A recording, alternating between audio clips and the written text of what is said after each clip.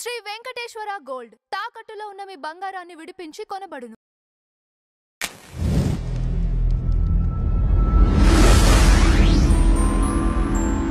నమస్కారం నాగార్జున గారు. నమస్తే అంజీ గారు.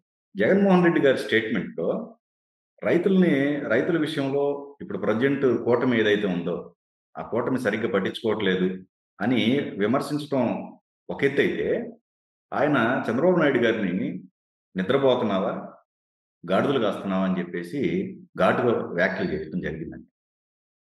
సో దీనిపైన మీ అభిప్రాయం ఏంటి? ఒకటి అంజీ గారు, ఇక్కడ జగన్మోహన్ రెడ్డి గారు రొటీన్ గానే ఆ బెంగళూరు నుంచి నెలకు ఒకసారి వచ్చి మధ్యలో ఒక ప్రెస్ మీట్ పెట్టి, అది కూడా సెలెక్టెడ్ మీడియా తన వాళ్ళు ఎవరైతే ఉన్నారో వాళ్ళని పిలిపించుకొని రికార్డెడ్ మీడియాగా చేయటం అనేటువంటిది మనం ఆయన దారుణంగా ఓడిపోయినప్పటి నుంచి చూస్తాం. దానిలో భాగంగానే ఇవాళ మళ్ళీ ఒకసారి వచ్చారు తాడేపల్లి ప్యాలెస్కి వచ్చి రైతుల మీద ముఖ్యంగా చాలా ప్రేమ ఉన్నట్టు రైతులంటే వీళ్ళ 5 సంవత్సరాల పాటు వాళ్ళని చాలా జాగ్రత్తగా చూసుకుని రైతుల్ని ఉద్ధరించినట్టుగా ఆయన మాట్లాడినటువంటి పద్ధతి, ఇప్పుడున్నటువంటి ప్రభుత్వం ఏమీ చేయటం లేదనేటువంటి పద్ధతిలో మాట్లాడాడు.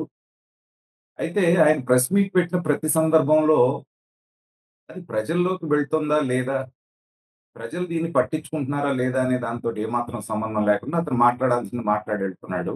కానీ ప్రజలు నవ్వుకుంటున్నారు అజ్జి గారు. తర్వాత వైనాట్ 175 అన్నటువంటి దగ్గర నుంచి కేవలం 11 సీట్లకే పరిమితం అయినప్పుడు జగన్మోహన్ రెడ్డి గారి మానసిక స్థితి మీద అంతకుముందు చాలా రూమర్స్ ఉన్నాయి. బట్ నేను ఏ రోజున కూడా దాని విషయంగా నేను మాట్లాడలేదు ఆయన అది ఉందని కానీ లేదని కానీ.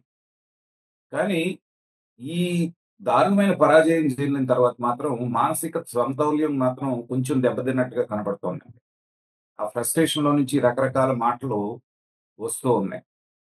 చంద్రబాబు నాయుడు లాంటి 45 సంవత్సరాల అనుభవం ఉన్నటువంటి ఒక వ్యక్తిని పట్టుకొని రోజులో 18 గంటల పాటు ఈ వయసులో కూడా 75 సంవత్సరాల్లో రాష్ట్రం అభివృద్ధి చేయాలి, గత 5 సంవత్సరాల పాలనలో వీళ్ళు చిందరవందరగా చేసి నాశనం చేసిన వ్యవస్థలన్నింటినీ గాడిలో పెడుతూ రాష్ట్రానికి పెట్టుబడులు తీసుకొచ్చి ఒక దారిలో పెడుతున్నటువంటి వ్యక్తిని పట్టుకొని గాడిదలు కాస్తున్నావా అనేటువంటి మాట అంటాం ఏంటంటే, జగన్మోహన్ రెడ్డి గారు తన 5 సంవత్సరాల్లో ఎలా పాలించాడు అనేటువంటిది ప్రజలకి ఈ ద్వారా చెప్తున్నాడు.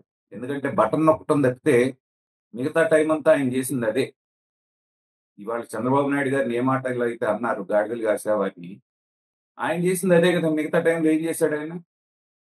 కాబట్టి మిగతా టైం అంతా అదే చేశాను అనేటువంటిది ఆయన చెప్పకనే ప్రజలకు చెప్తున్నాడు. మాట్లాడే ముందు విచక్షణతో మాట్లాడాలి, ఎవరి గురించి మాట్లాడుతున్నారనే కనీస జ్ఞానం ఉండాలి. బటన్ నొక్కడానికి బయటకు వచ్చేవాడు తప్పితే ఏ రోజునైనా జగన్మోహన్ రెడ్డి గారు అధికారంలో ఉన్న 5 సంవత్సరాల్లో ప్రజల గురించి పట్టించుకున్నాడండి? ఇంట్లో కూర్చొని పబ్జీ ఆడుకుంటాడని చెప్పేసి ప్రజలందరూ గట్టిగా చెప్పుకుంటారు. మీరు నేను ఎవరు వెళ్ళి చూడలేదుగా. కానీ మరి ఒక ముఖ్యమంత్రి నిజంగా వెనుకబడేటువంటి రాష్ట్రం, రాజధాని లేని రాష్ట్రం, ఆర్థిక వనరులు లేని రాష్ట్రాన్ని బాగు చేయాలంటే రోజులో చంద్రబాబు నాయుడు గారి లాగా 16 గంటలో 18 గంటలో శ్రమ పడితే కానీ బయట లేని పరిస్థితిలో ఈయనున్నటువంటి 5 సంవత్సరాల్లో ప్రజలకు కనిపించింది ఎన్నిసార్లండి? బటన్ నొక్కడానికో లేకపోతే చంద్రబాబు నాయుడిని పవన్ కళ్యాణ్ని వీళ్ళని తిట్టడానికి తప్పితే మిగతా టైంలో ఎప్పుడు బయటకు వచ్చాడు ఈయన? సో ఖాళీగా ఇంట్లో కూర్చొని ఆ పని చేసి ఉంటాడు కాబట్టి ఇవాళ తను చేసిన పని తను గుర్తు చేసుకొని దాన్ని చంద్రబాబు నాయుడు గారికి ఆపాదిస్తున్నాడు. ఒక పక్కన ఈ వయసులో చంద్రబాబు నాయుడు గారు పడుతున్నటువంటి కష్టం, రెండో పక్కన పవన్ కళ్యాణ్ గారు తను పడుతున్నటువంటి కష్టం, లోకేష్ గారు పెట్టుబడులు తీసుకుని వస్తున్నటువంటి పద్ధతి, ఉద్యోగ కల్పన 20 లక్షల ఉద్యోగాలు 5 సంవత్సరాల్లో కల్పించాలన్నటువంటి దాన్ని మొన్న చేసుకున్నటువంటి ఎంఓయూల ద్వారా అవన్నీ కూడా గ్రౌండ్ అయితే 12 లక్షల పైన ఉద్యోగాలు వచ్చేటువంటి అవకాశం కనిపిస్తుంటే కళ్ళ ముందు, ఇవన్నీ చూసి కూడా గాడిదలు కాస్తున్నారా అంటే ఇక అతని విఘ్నతని అతని సంస్కారాన్ని మనం ఏమనుకోవాలో అర్థం కావట్లేదు. ఒకటి పోనీ రైతులుగా వాళ్ళు ఉన్నప్పుడు ఇతనేం చేశాడు అనేటువంటిది ఒక్కసారి కనుక మనం చూస్తే 3000 ధరల స్థిరీకరణ నిధి పెడతానని చెప్పి ఆ రోజున గొప్పగా ప్రామిస్ చేశాడు. 3000 కోట్లతో, 300 కోట్లతో కూడా పెట్టలేదండి. తర్వాత ధాన్యం కొనుగోలు చేసేటప్పుడు ఎన్ని రకాల ఫార్సులు జరిగినాయి అక్కడ. ఒత్తిడి వచ్చిన తర్వాత ధాన్యం కొనుగోలు చేసిన తర్వాత రైతులకి ఎన్ని నెలల తర్వాత ఎందుకంటే పండించేటువంటి రైతు, ముఖ్యంగా కౌలు రైతులు ఉంటారు పాపం వాళ్ళు. వాళ్ళు ఏం చేస్తారంటే వచ్చిన ధాన్యాన్ని అమ్ముకుంటే వెంటనే వచ్చేస్తే అప్పు తెచ్చుకున్నోడికి కట్టేసుకొని కాస్త పెళ్ళం పెట్టిన పోషించుకోవడానికి ఉంటుంది కదా అనేటువంటి భావనలో వాళ్ళు ఉంటే, ధాన్యం ప్రభుత్వం కొనుగోలు చేసి 3 నెలలు, 4 నెలలు, 5 నెలలకు కూడా ఇచ్చినటువంటి సందర్భాలు ఉన్నాయి. ఆ 5 నెలల పాటు ఆ రైతు పడ్డటువంటి క్షోభ ఎలా ఉంటుందండి? పైగా తుఫాన్ వచ్చి దెబ్బతినిపోతే పంట ఒక సందర్భంలో ఈయన రైతుల్ని ఎలా పరామర్శించాడో మనం చూసాం కదండి. ఒక వేదికేసి అక్కడికి ఆ పాడైపోయినటువంటి పైరుని తీసుకొచ్చి ఎవరో చూపిస్తే దాన్ని ముట్టుకోనట్టుగా చేసి మామ అనిపించాడు.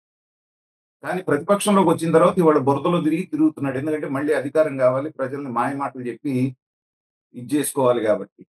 కాబట్టి జగన్మోహన్ రెడ్డి గారు పెట్టేటువంటి ప్రెస్ మీట్లని ప్రజలు సీరియస్ గా తీసుకోవటం ఎప్పుడో మానేశారు సరిగదా. బయటకు వచ్చిన తర్వాత వాళ్ళ నాయకులు ఎవరైతే ఉన్నారో వాళ్ళే తలగొట్టుకుంటున్నారు. ఈయన రాకుండా ఉన్నా బాగుండు, బయటకు వచ్చినటువంటి మాట్లాడిన ప్రతిసారి మనల్ని నవ్వుల పాలు చేస్తున్నాడు, పార్టీ నవ్వుల పాలు చేసి ఆయన నవ్వుల పాలు అవుతున్నాడు అనేటువంటి భావనలో వాళ్ళ కేటరీ మొత్తుకుంటున్నారు. కాబట్టి జగన్మోహన్ రెడ్డి గారు అనేటువంటి వ్యక్తికి ప్రభుత్వం మీద గాని, పాలన మీద గాని, రైతుల మీద గాని, కర్షకుల మీద, కార్మికుల మీద గాని ఏ రంగం పట్ల అవగాహన అతనికి లేదండి. మినిమంలో మినిమం హై స్కూల్ పిల్లోడి నాలెడ్జ్ కూడా అతనికి లేదు. నేను కరాఖండిగా చెప్పగలను. తర్వాత నాలెడ్జ్ లేనాడు ఏం చేస్తాడంటే, నాలెడ్జ్ ఉన్నవాళ్ళని పిలిపించుకొని వాళ్ళ ద్వారా బ్రీఫింగ్ తీసుకొని వాళ్ళు చెప్పేటువంటి దాన్ని జాగ్రత్తగా ఉన్నట్టుగా మాట్లాడతాడు. మనవాడి దగ్గర అది కూడా లేదు. మొన్న చెప్పాడు కదా, మీరు డేటానంతా తీసుకెళ్లి మైండ్కి అప్లై చేస్తే అదే ఆర్టిఫిషియల్ ఇంటెలిజెన్స్ అన్నాడు. ఆ రోజున కరోనా వచ్చినప్పుడు ఏముంది, బ్లీచింగ్ పౌడర్ కొడితే పోద్దన్నాడు.